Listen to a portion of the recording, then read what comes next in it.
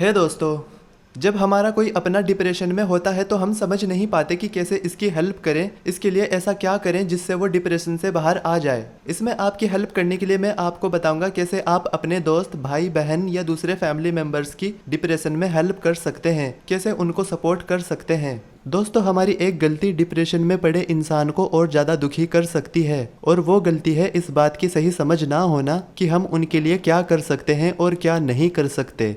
आप डिप्रेशन में जा रहे इंसान को सपोर्ट कर सकते हो, उसका दुख दर्द बांट सकते हो, उसको ये एहसास दिला सकते हो कि उसकी ज़िंदगी में भी है कोई उसको सुनने और समझने वाला, वो अकेली या अकेला नहीं है। पर आप उनको ठीक नहीं कर सकते, आप उनकी समस्या का समाधान नहीं कर सकते। ये काम डॉक्टर और काउंसलर या थेरेपिस्ट का होता है। अगर आपके दोस्त या फैमिली मेंबर की हालत लगातार ख़राब होती जा रही है तो आपको डॉक्टर या काउंसलर को फ़ोन ज़रूर करना चाहिए। उनको ठीक करने या उनकी समस्या का समाधान करने की कोशिश क्यों नहीं करनी चाहिए? क्योंकि जब हम उनको ठीक करने की कोशिश करते हैं तब हम उनसे उम्मीद लगाते हैं अगर मैं इसको अच्छी अच्छी बातें बोलूँगा और मोटिवेट कर दूंगा तो ये खुश हो जाएगा और डिप्रेशन से बाहर आ जाएगा। पर ऐसा नहीं होता। ये नॉर्मल दुख नहीं है, वह डिप्रेशन में है, नॉर्मल दुख नहीं है ये। जिस चीज़ की उम्मीद आप लगाते हो जब वो नहीं होती तो आप भी दुखी हो जाते हो और सोचने लगते हो यार मैंने इसको क्या क्या बता दिया, इतना मोटिवेट कर दिया, प्रॉब्लम भी सॉल्व कर दी, पर इसको तो कोई फ़र्क नहीं पड़ा,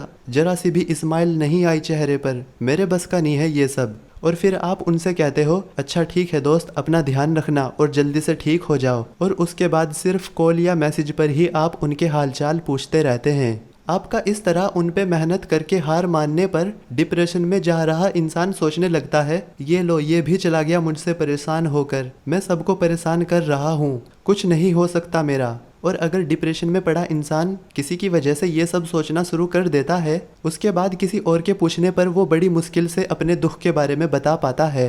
डिप्रेशन में पड़ा इंसान अपनी उम्मीद खो देता है, खुद से नफरत करने लगता है। और अगर आसपास के लोगों को सही समझ ना हो कि क्या बोलना चाहिए क्या नहीं बोलना चाहिए, ऐसे हालात में किस तरह का बिहेवियर करना चाहिए किस तरह का बिहेवियर नहीं करना चाहिए, तब उस इंसान का डिप्रेशन से बाहर आना और भी ज़्यादा मुश्किल हो जाता है। दोस्तों, ऐसे हालात में किसी का पास होना नहीं, सही लोगों का पास में होना जरूरी होता है, इस बात को याद रखना। दोस्तों, अब जान लेते हैं किस तरह बातचीत की शुरुआत की जाए उस इंसान से जिसमें आपने डिप्रेशन के लक्षण देख लिए हैं। आप उनसे अपने अंदाज में पूछ सकते हैं वो कैसे हैं, उनको क्या परेशानी है। पर मैं इस तरह से बात शुरू करता हूँ, हे दोस्त, मैं कुछ दिनों से देख रहा हूँ तुम बहुत परेशान लग रहे हो, क्या बात है तुम मुझे बता सकते हो। ऐसा कहने पर वो आपको बताते हैं या नहीं ये इस बात पर निर्भर करता है कि आपका उनके साथ किस तरह का रिश्ता है। अगर आप उनके भाई या बहन हो और वो आपसे छिपा रहे हैं तब आपका ये जानना मुश्किल हो सकता है कि वो दुखी क्यों है। बीते दिनों में आप भाई बहनों की लड़ाई भी जरूर हुई होगी, किसी छोटी बड़ी बात को लेकर उन्होंने आपकी शिकायत की होगी, आपने उनकी शिकायत की होगी। प्रॉब्लम ये नहीं है, लगभग हर फैमिली में ऐसा होता है, मेरे साथ भी ऐसा होता है। प्रॉब्लम यह है कि डिप्रेशन बहुत बड़ी प्रॉब्लम है। डिप्रेशन में जा रहा इंसान चाहता तो है अपनी समस्या के बारे में किसी को बताना, पर उसको ये भी अंदाज़ा होता है कि उसका कौन सा दोस्त या कौन सा फैमिली मेंबर उसके बारे में क्या सोचेगा, क्या कहेगा। अगर आपको लगता है बीते समय में रिश्तों के बिगड़ने की वजह से वो आपको अपने दुखी होने की वजह नहीं बता रहे हैं तो आप कुछ इस तरह कहिए उनसे, भले ही बीते टाइम में हमारे बीच कितनी लड़ाइयाँ हुई हो, पर जब हमें एक दूसरे की ज़रूरत होती है तब हम एक भी हो जाते हैं। मुझे तुम्हारी फिक्र है, तुम मुझ पर विश्वास कर सकते हो, मैं तुम्हारा भाई बहन या दोस्त हूँ और मैं हर मुश्किल में तुम्हारे साथ हूँ। इसके बाद अगर वो आपको बता देते हैं तो बहुत अच्छी बात है, अगर नहीं बताते तो आप उनको फोर्स मत कीजिए, बिना कुछ जाने ही उनके साथ रहिए।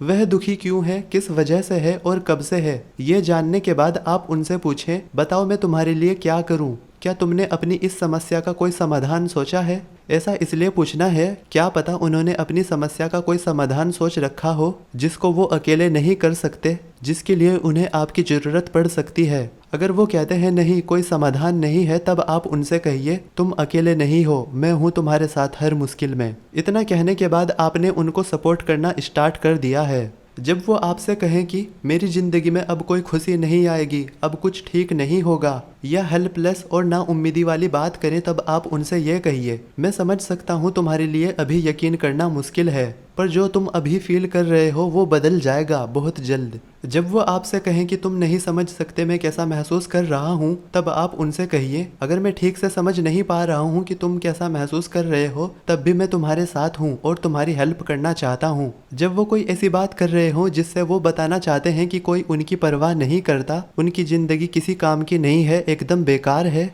तब आप ये कहिए, तुम मेरे लिए ज़रूरी हो, मैं तुम्हारी परवाह करता हूँ, तुम्हारी ज़िंदगी मेरे लिए इम्पोर्टेंट है। यहाँ पर वो आपसे पूछ सकते हैं कैसे, तो इसके लिए तैयार रहना, और अगर कुछ समझ में ना आए तो कमेंट बॉक्स में मुझसे पूछ लेना, पर कुछ भी बनाकर मत कह देना जिस पर वो यकीन ना करें। फिर 1 से 2 दिन के बाद उनसे फिर से पूछना, क्या मैं तुम्हारे लिए कुछ कर सकता हूँ, क्या तुमको कुछ चाहिए।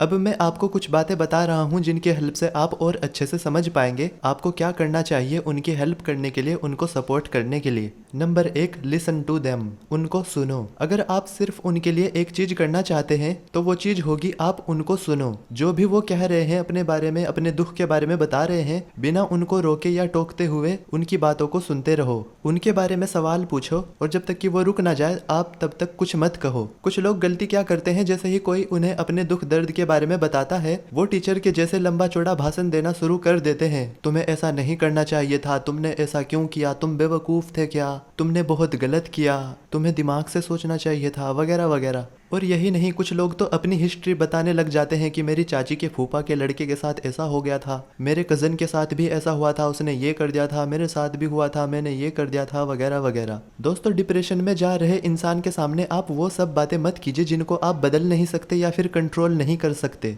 आप उनको सपोर्ट करने के लिए आए हैं, उनकी हेल्प करने के लिए आए हैं, तो उनसे रिलेटेड सवाल कीजिए और उन्हें सुनिए। Number 2, help them to find support, उनके लिए एक अच्छा सा डॉक्टर, काउंसलर या थेरेपिस्ट ढूंढो। और अगर वो थेरेपिस्ट के पास जाने से मना कर दे तो उनको मनाओ थेरेपिस्ट के पास जाने के लिए, और एक अच्छे साथी की तरह आप उन्हें थेरेपिस्ट के पास लेकर जाओ, लेकर आओ और उनके इलाज के दौरान उनके साथ रहो। ऐसा नहीं होना चाहिए कि आपने उन्हें थेरेपिस्ट के पास जाने की सलाह दे दी और आपकी जिम्मेदारी पूरी हो गई। डिप्रेशन में पड़ा इंसान अपने बेड से हिलना भी पसंद नहीं करता, तो आप कैसे इमेजिन कर सकते हैं कि वो अकेले ही किसी थेरेपिस्ट को ढूंढ लेंगे और उसके पास चले जाएंगे। उनके साथ कोई रहे, ये सबसे ज़्यादा ज़रूरी है। नंबर 3, रोजाना के काम करने में उनकी मदद करो। नंबर 4, सब्र करें, सब्र का साथ कभी ना छोड़ें।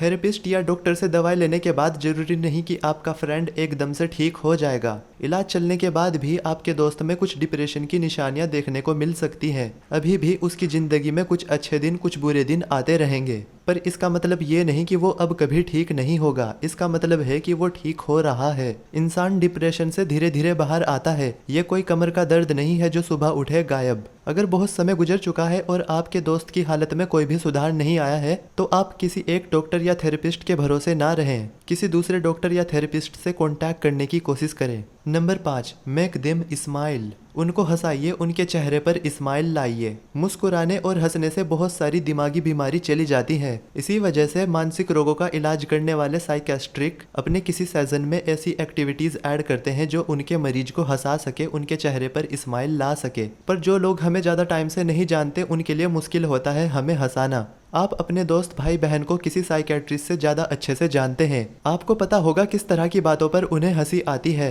अगर आप उनको हंसा सकते हैं तो लाइए उनके चेहरे पर स्माइल। अगर नाकामयाब हो रहे हैं तो एक ही दिन में 2 से ज़्यादा बार ट्राई मत करें। मैं नहीं चाहता कि आप उन्हें हंसाने की कोशिश में और ज़्यादा परेशान कर दें या गुस्सा दिला दें। नंबर 6, सवाल पूछें और मुसीबत की जड़ का पता लगाएं। डिप्रेशन में जा रहे इंसान से किस तरह बातचीत शुरू करनी चाहिए ये मैं आपको बता चुका हूँ। आपको उनसे सवाल पूछने हैं ताकि आप जान सको उनके साथ क्या हो रहा है, क्यों हो रहा है और कब से हो रहा है। कुछ भी अपने मन से सोचकर मत बैठना। अगर कोई कंफ्यूजन है, कुछ समझ में नहीं आया, तो आप उनसे पूछ लेना। जैसे, तुम कब से दुखी हो, तुम क्यों दुखी हो, क्या चीज़ है जो तुमको दुख पहुंचा रही है और अब तुम क्या चाहते हो, मैं तुम्हारी किस तरह मदद कर सकता हूँ। हर एक वो सवाल पूछे जो आपको उनके बारे में जानकारी दे सके, जिससे आप उनको समझ सको।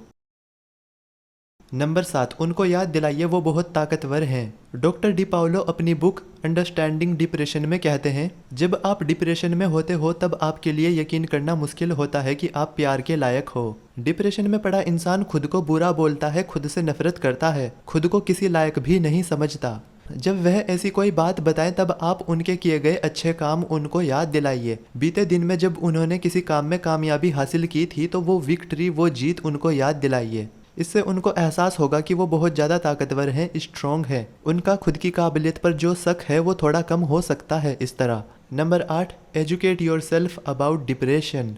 अपने दोस्त या फैमिली मेम्बर की हालत को और अच्छे से समझने के लिए और उनकी अच्छी तरह से हेल्प करने के लिए आप डिप्रेशन और दूसरे मूड डिसऑर्डर्स के बारे में सीखिए। उनके बारे में जानकारी इकट्ठा कीजिए। किस तरह से डिप्रेशन से डील करें, इस पर लिखी गई बुक्स, आर्टिकल और दूसरे वीडियोज़ को देखिए। नंबर 9, अपना भी ध्यान रखें।